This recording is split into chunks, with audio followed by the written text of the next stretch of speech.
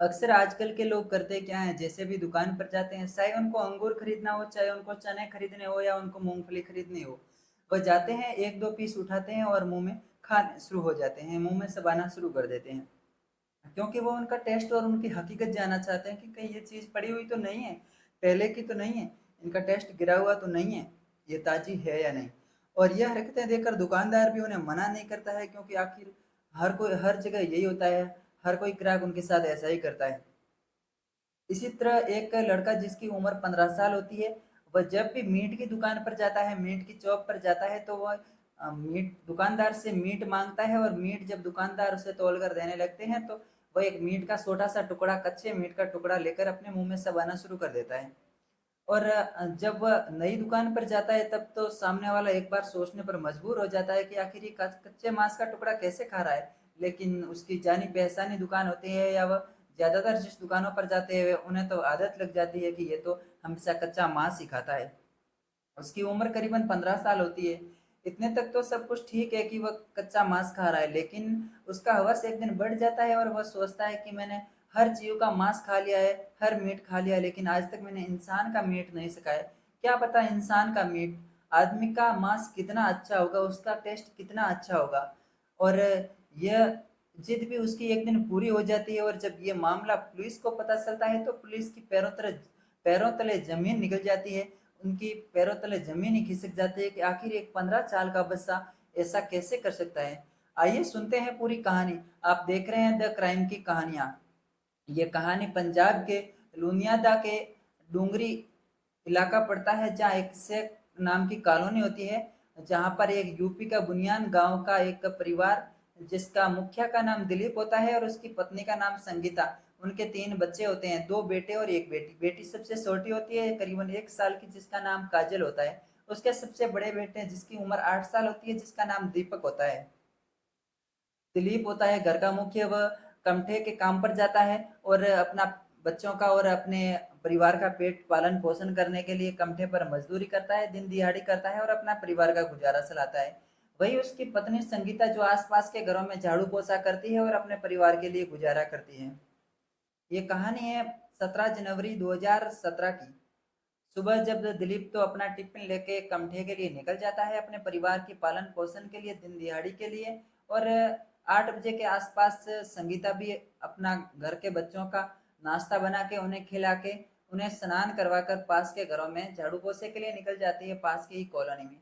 करीबन 12 बजे के आसपास लगभग वो वापस आती है, तो उसकी छोटी बच्ची काजल, जो ज्यादा रो रही थी, तो उसे लग गया था कि आज दीपक शायद घर पे नहीं है, वो पास ही के बच्चों के साथ खेलने चला गया होगा और आज वो घंटों पर नहीं आया है, जिसकी वजह से काजल ज्यादा रो रही है। वो 12 बजे आती है, काजल को चुप कराती है, फिर उन्हें खाना खिलाती है। लेकिन 1 डेढ़ घंटे इंतजार करने के बाद में भी वो उसका बड़ा बेटा दीपक, जिसकी उम्र 8 साल होती है, वह घर पर नहीं लौटता है। वह आसपास जहाँ वह खेलने जाता था, जिन बच्चों के साथ दीपक खेलने जाता था, आसपास सभी जगह उसे ढूंढती है। सभी जगह जा जाके उसे ढूंढती है कि कहीं उसके दीपक का कोई सुराग नहीं मिलता है। वह 12 बजे उसे ढूंढना चालू करती है और करीबन 3 साढ़े 3 बजे का टाइम हो जाता है, तब तक उसे दीपक का कोई सुराग नहीं मिलता है।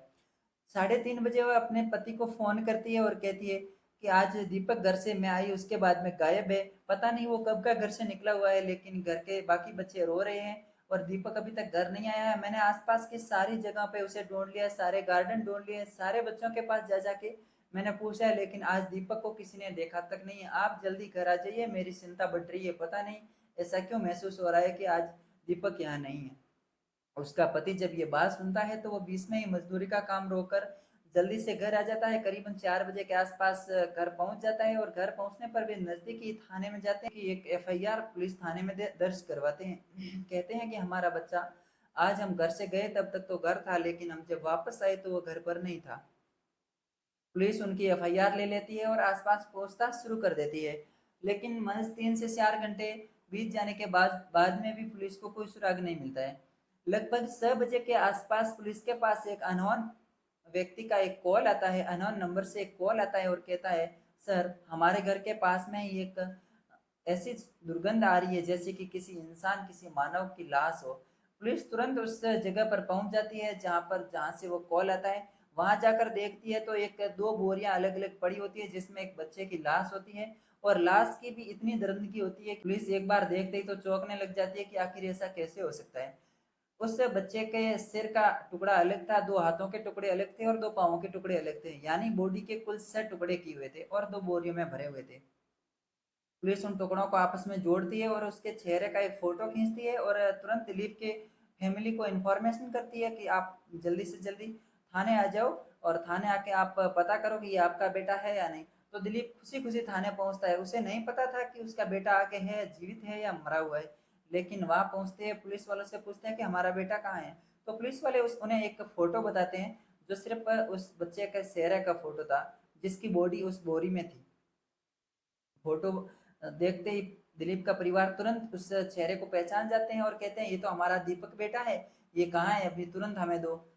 तो रात को करीबन 10:30 बजे के आसपास का टाइम हो जाता है। एक बार तो पुलिस उन्हें समझाकर घर भेज देती है और बॉडी को पोस्टमार्टम के लिए हॉस्पिटल भेज देती है।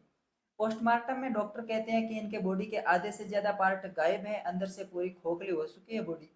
तो पुलिस सुबह दूसरे ही दिन सुबह आसपास के सीसीटीवी कैमरे खंगालना शुरू कर देती है और उनके दिलीप के घर के बगल की गली में एक सीसीटीवी कैमरा लगा होता है जहां दो लड़के गुजरते हुए दिखाई देते हैं। वे तुरंत दिलीप के परिवार को इन्फॉर्मेशन देते हैं और पुनः थाने बुलाते हैं। थाने बुलाकर वो पूछते हैं कि आपके लड़के के कैसे कपड़े पहने हुए थे, आपका लड़का हाइट में कैसा था, आपका लड़का शकल में कैसा था। फिर वह एक सीसीटीवी का कैमरे का एक वीडियो उन्हें दिखाते हैं और कहते हैं कि इन दोनों बच्चों में से आपका कोई एक बेटा है। तो संगीता तुरंत अपने बेटे को पहचान जाती है और वो कहती है जो पीछे पीछे चल रहा है छोटा बच्चा, वो मेरा ही बच्चा है। आगे चल रहा है वो पता नहीं। तो उस कैमरे की वीडियो को जूम करके वो दिखाते हैं और पुलिस वाले कहते हैं कि आप गौर से देखो, इस बच्चे को आप नहीं जानते हो जो आगे आगे चल रहा है। संगीता गौर से देखने के बाद कहती है हाँ, ये मेरे पास वाली गली का रिंकू नाम का लड़का है जो अक्सर यहाँ खेलने के लिए कभी कभी आया करता था। तो पुलिस वाले उनका लोकेशन देख के उनसे पूछताछ करने के बाद रिंकू के घर पहुंच जाते हैं और उस लड़के को हिरासत में ले लेते हैं जिनकी उम्र करीबन 15 साल होती है। रिंकू को थाने में ले जाने के बाद कड़ी पूछताछ की जाती है। कड़ी पूछताछ के बाद रिंकू कहता है कि जी सर, मैं इनके घर पे गया था, इनके घर पे कोई था नहीं, इनके मम्मी और पापा मजदूरी पे चले गए थे और मेरे मम्मी पापा भी घर पे थे नहीं। तो मैं दीपक को बोलता हूँ कि दीपक, मेरे घर पे बहुत सारे पतंग लाए हुए हैं, तो चलो ना अपन पतंग उड़ाते हैं।